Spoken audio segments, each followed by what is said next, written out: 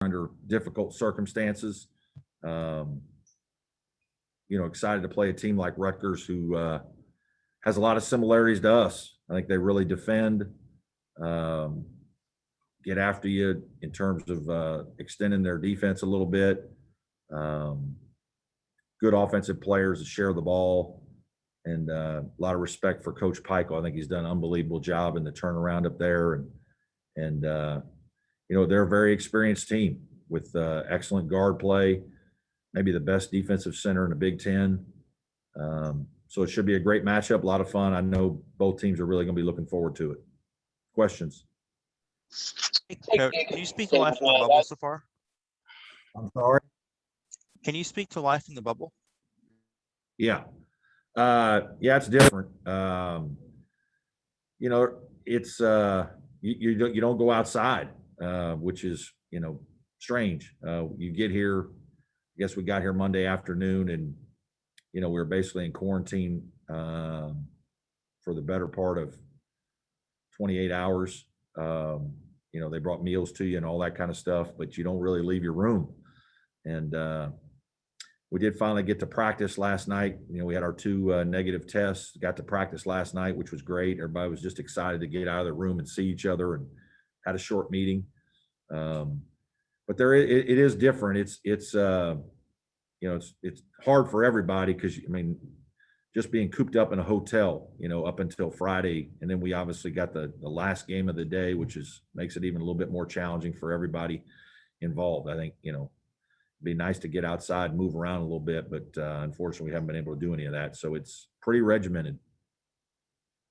Hey, Coach, it's David. Kind of piggybacking off of that.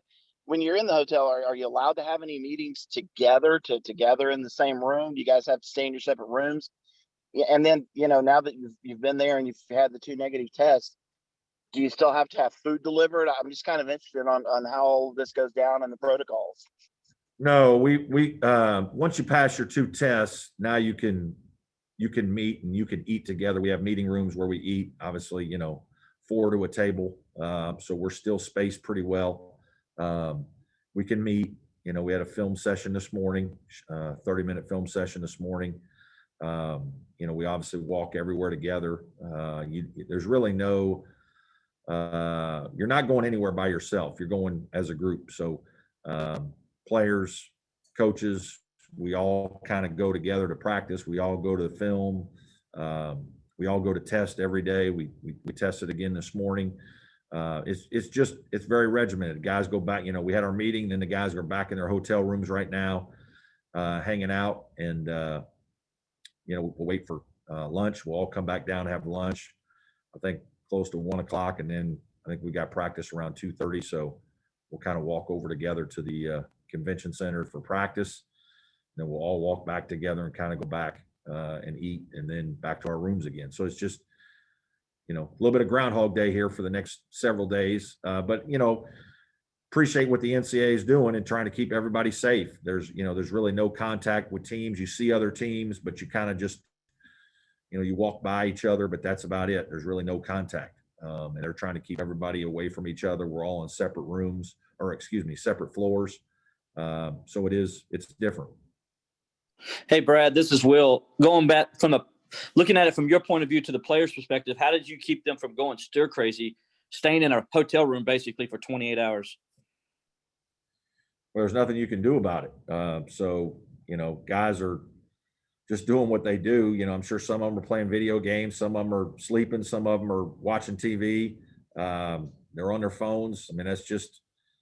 It's just a little bit, this is a little bit of the normal from during the school year as well. Like, guys didn't do a lot during the school year. Now, obviously they could go outside, they could get fresh air.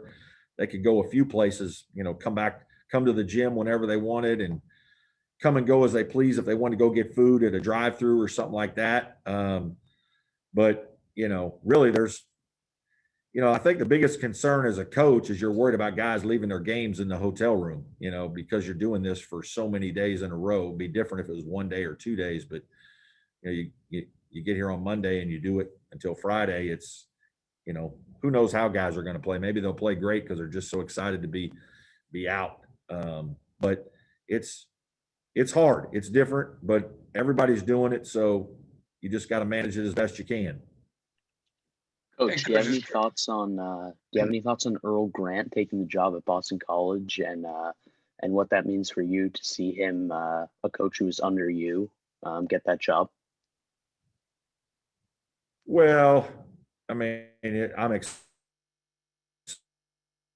for him. You know, he's not really super proud of him and happy for he and his family. Jackie, there isn't a better family, a better people. I think Boston College got a great coach, but more than that, they got a great leader and mentor of men. And you know, so I'm super excited for him and his family. You know, I haven't talked to Earl. We, text, but that's it. Just to congratulate him. He's so busy and got so much going on. But I'm just really happy for him. I'm proud to see what he's been able to accomplish. He did an unbelievable job when he took over a difficult spot down there at Charleston and turned him into a winner. And I'm sure he'll do well at Boston College also. Hey, Coach, it's Trevor Gross from CUTigers.com. How unique is Rutgers athleticism? They basically play with 4 big guards and a center. Is there another team that you played either this season or in the past that you can kind of compare them to?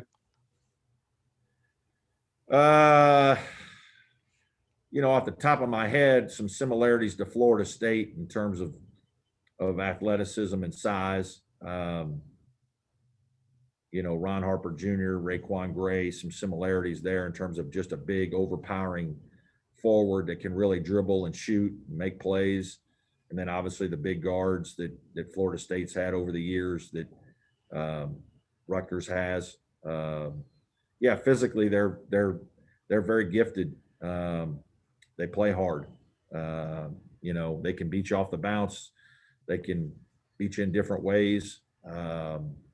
Guard hard. They're a handful. It's that. I guess that's who stuck out immediately when you said that in our league. Brad, this is Larry.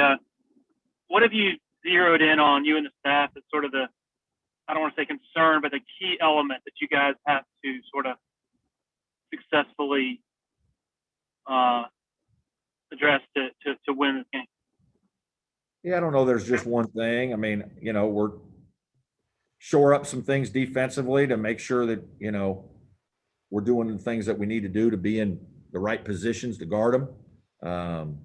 Offensively, we need to take care of the ball. Got to be strong with the ball. I think they're physical. They get after you. There have been some games where we've turned it over too much. I think we got to be a little more sound there. We've shot the ball much better here recently, so that's been good to see. Hopefully that continues. I think that's a big key in the game is, ability to make shots. And then like rebounding in every game, you got to be able to protect the backboard and finish possessions with a good defensive rebound. Just nothing drastically different than at this point in the year. We're all kind of who we are, and you just your team has to play really well because the teams you're playing are all good. I mean, these guys have beaten some of the best teams in the Big Ten, which are some of the best teams in the country. We've had some tremendous wins against some of the best teams in the country.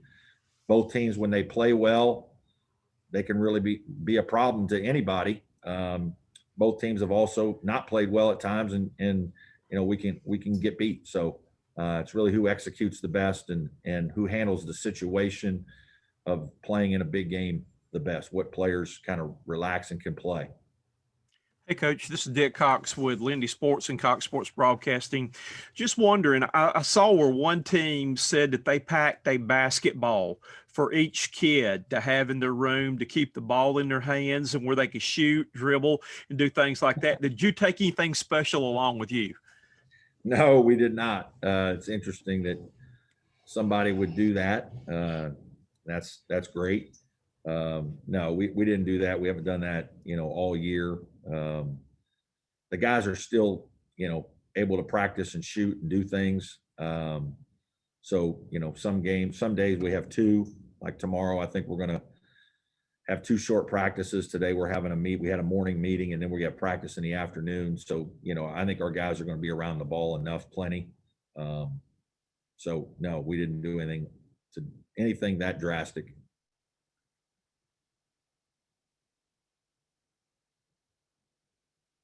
Coach, I was Coach, curious.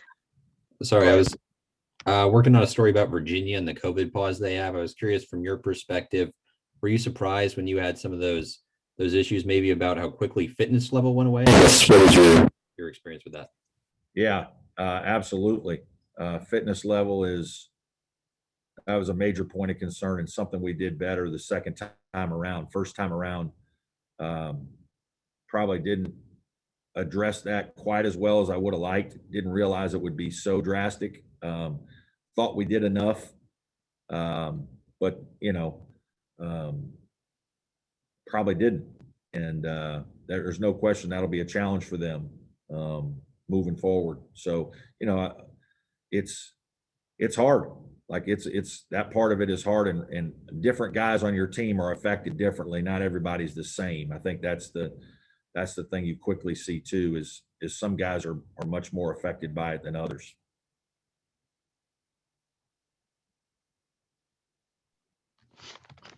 Coach, it's Trevor again. The ACC had 7 tournament teams, which was tied for second with the Big 12.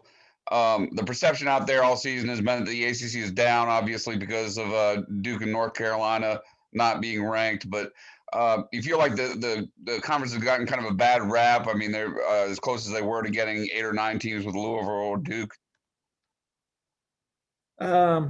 Maybe a little bit. I think it's more that, we usually have 2 or 3 top 10 teams every year in the country, and we didn't have that. So maybe I think our top teams weren't quite as strong nationally as some others, or as they are most years. And so, when you look at it that way, people think the league is down. I think in terms of how many good teams there were, our league was good. There's 9, 10 teams that easily could be in the tournament. NC State was playing extremely well down the stretch. Louisville, I'm shocked that they didn't make it. We still had 7 teams. I mean, that'd be 9 right there. So I think in terms of the depth of the league was very good. We just didn't have a couple teams that are in the top 10. Usually that's Carolina and Duke and Virginia and whoever. But so I think that's why the league was looked at as maybe not quite as strong. Coach Joe Gorcho from WIS-TV in Columbia. Sorry if you've answered this, got on a little late here, but you've spoken all season just about wanting to get to this finish line and provide this opportunity for your players. Now that you're there in Indianapolis, just what does it mean to you that knowing that your kids went through all this adversity to have this exact experience that you were wanting so badly for them to have going through all that? First thing it means I got a great group of kids. I've got tremendous group of young men that I'm privileged to coach. They're good basketball players, but they're great people. They're willing to make these kinds of sacrifices, stick together, battle through the adversities of basketball and life, health, all the things that you have to deal with in a year like this year. Again, we led the ACC in all academic team members. I just got great people. We do things the right way here, and I'm really proud of the kind of kids we have. And so when you have those kind of kids, you really want good things to happen for them. And you want them to play in a tournament like this because they deserve it. So that's why I felt this so strongly about this group all year. I knew what kind of kids we had and how hard they've been working, the sacrifices they've made. And so you just want it for them very badly because you want good things to happen for good people. Probably have time for a couple more. Brad, this is Larry again. Now that you guys are, I guess, in the bubble test-wise, what does the schedule look like between now and Friday evening? Yeah, we just, like I said, we had, breakfast more day. We'll have a lunch here a little while. Then we're going to practice, probably have a little bit short night meeting. Or today's Wednesday, I'm sorry.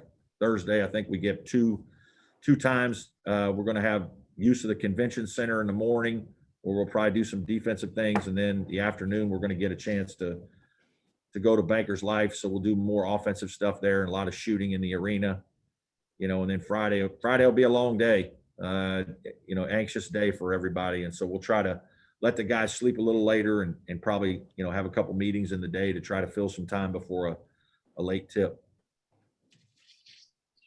Got time for one more question if someone has one. Yeah, Coach, you mentioned just the anxiety of Friday potentially, and you're just giving it some thought right now, but just curious, given how you guys have managed different anxious moments all season, right, between COVID tests and quarantine, does give you at least a baseline. It's like, hey, you know what? I know what kind of works for these guys' mindset. I have an idea of how this might go on Friday, just to keep them loose and ready for a late. Yeah, I mean, guys are going to be excited to play. It's the NCAA tournament. It's, you know, it's not that. It's just, you know, managing the energy level all day, I think is the most important thing. You know, you could very easily see one of the teams, you know, guys exhausted in the first TV timeout or first 2 or 3 minutes because they're so anxious that you got all that nervous energy. So I think trying to manage that throughout the course of the game. You could also see it through nervous play or anxious play, you know, and I think just trying to get the guys to relax, enjoy the moment, but understand that the best way to play is by mentally being prepared and you know, being able to slow yourself down a little bit. I think when we all get excited and nervous and anxious, we play a little too quickly, and a lot of times that's when bad things happen. So, you know, managing that is a big part of it. We'll talk about that here in the next couple of days. All good? Thank you, Coach. Okay, thanks, everybody.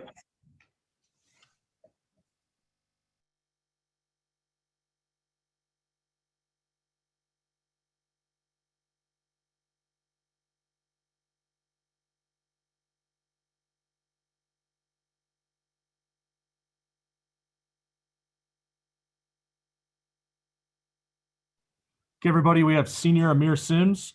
Please go ahead with questions, and reminder to unmute yourself and to remute yourself when you're finished asking. Thank you. Hey, Aamir, it's Josh from Charleston. I know you and Dabo Swinney have actually texted a lot over the last few years. How did that relationship start, and how much has he been motivating? How much has he motivated you? Honestly speaking, it kind of started back on my visit, you know, just talking to him. And similar like I tweeted about President Clemens, you know, since I stepped foot on campus, Dabo's been in my corner and just, you know, wanting to see me succeed and take our program to the next level. And he's done nothing but support me.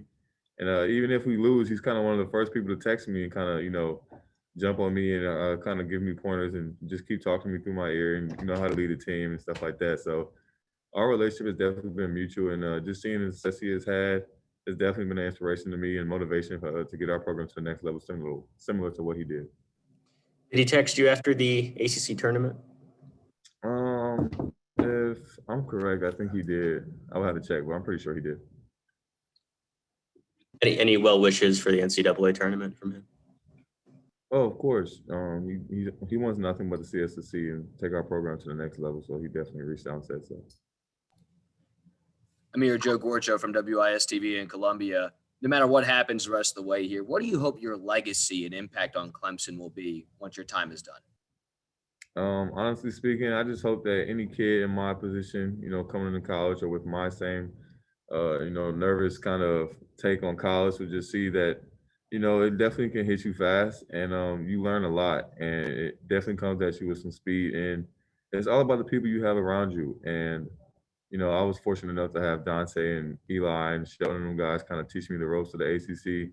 And just from a leadership perspective, you know, I just hope that people see, you know, what I did in my time here and what I wanted to accomplish and what I did accomplish and what I want, you know, this program to be, you know, in the future, in the near future at that. So I just hope that, you know, I left a really good impression and, you know, people just saw someone that, you know, gave it their all every time they were on the court. And most importantly, just taught you to have fun while playing. Aamir, Hey, Aamir, kind of this is Will along those same Vandervoort with lines. Clemson. Sorry, go ahead. Will. No, you're good, Will. Go ahead. Hi, Aamir. It's Will with the Clemson Insider. Just wanted to ask you what was the last 28 hours like for you guys as players, stuck up in your room, and you know, Coach said it was a little bit different than what you've had to do at Clemson. So, what was it like for you guys?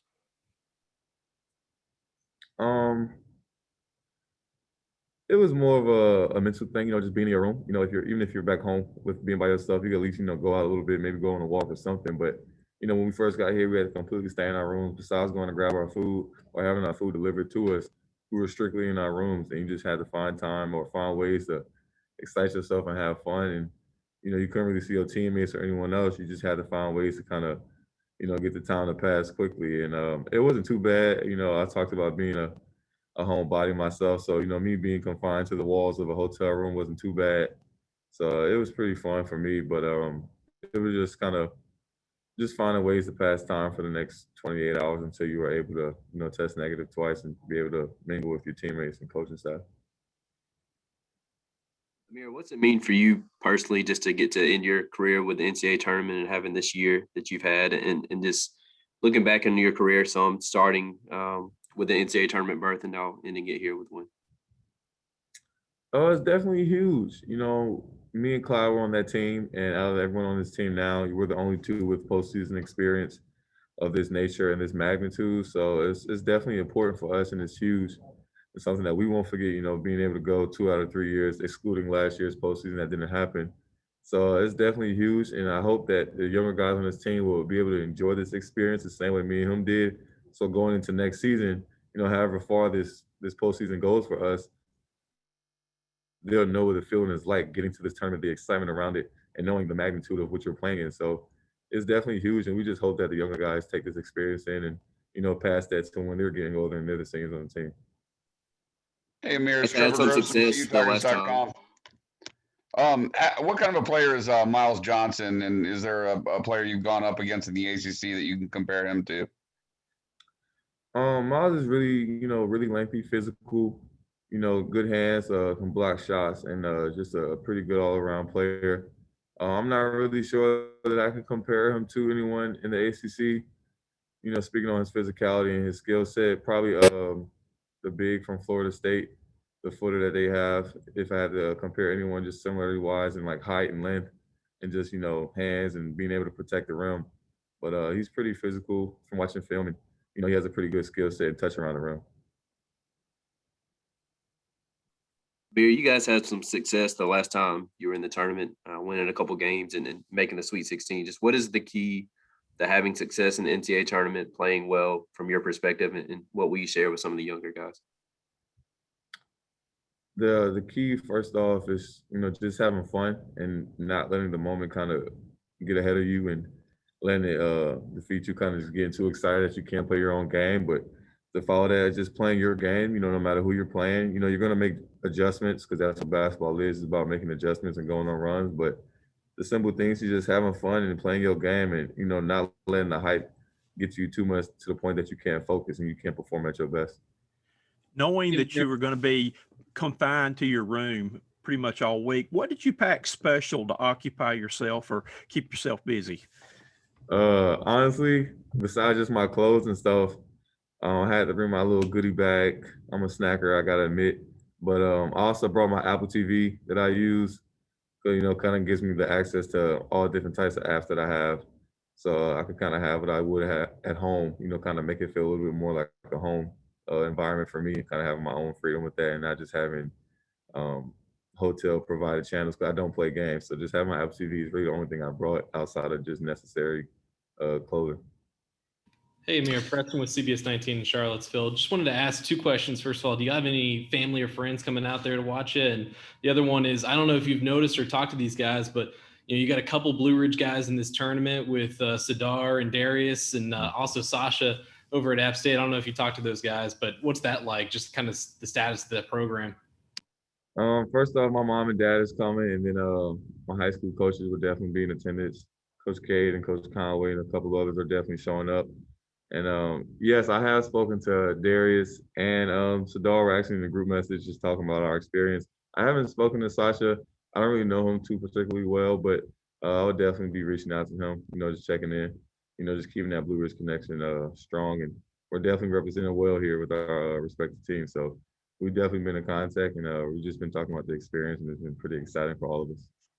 What's that like, just kind of showing, they won another state championship this year. I'm sure you know that, but what's it like just kind of saying, the status that program's risen to? Honestly proud. I'm proud to be a Baron. Proud to represent Blue Ridge in this tournament, and I'm pretty sure Darius and Sasha and Dar will all agree with that. But seeing them guys get another championship, I think this is the 5th out of 7 years, so it's definitely good to see them guys continue the tradition of winning that. That started with my first year as a sophomore. with Mamadi and Malik and them. So it's definitely exciting to see that tradition continue. Rick Henry, WIS-TV in Columbia. How anxious are you going to be to get on the court Friday, especially with that late game and having to wait an entire week just to see some action?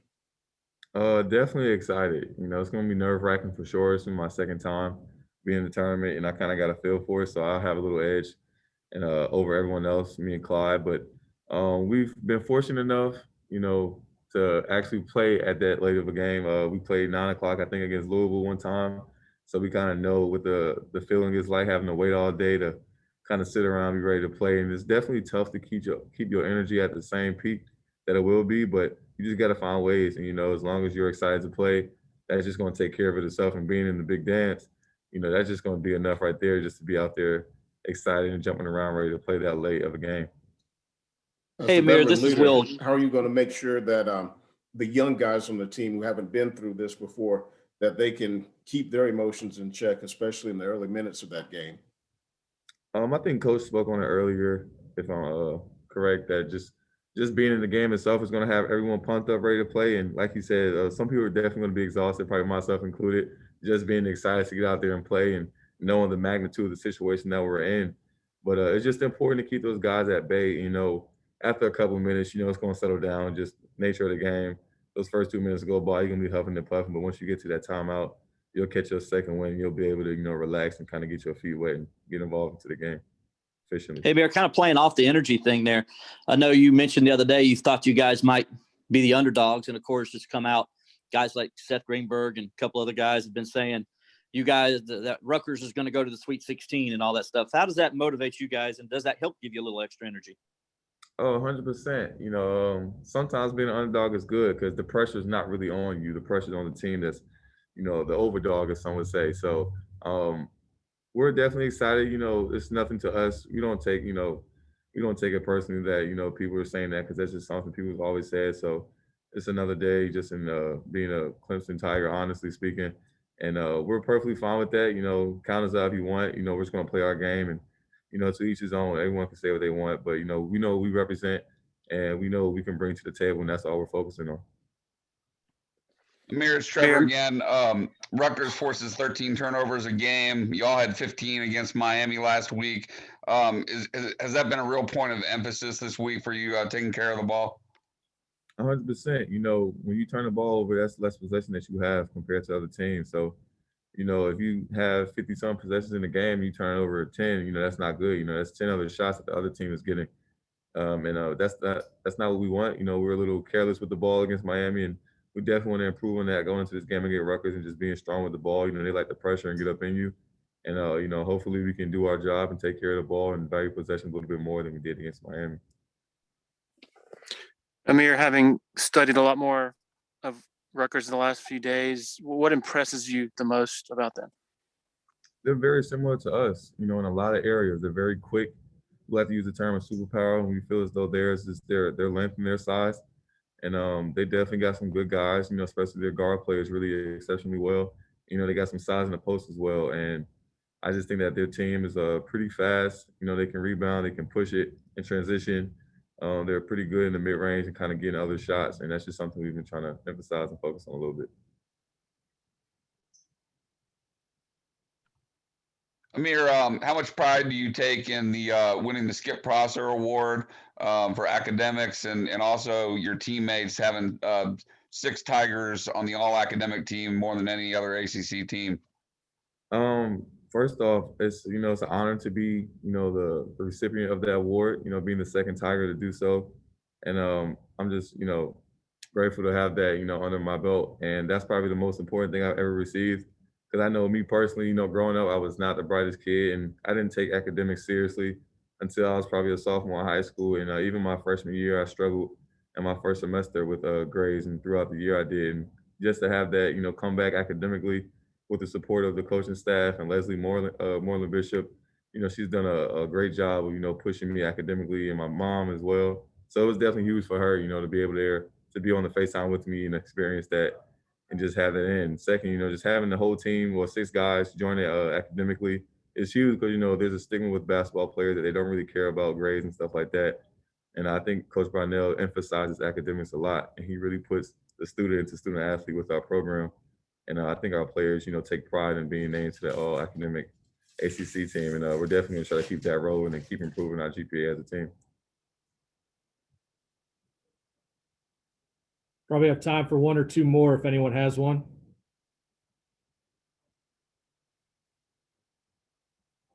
Okay. Thank you, guys. Thanks, Aamir. Good luck. Thank you. Thank you, everybody.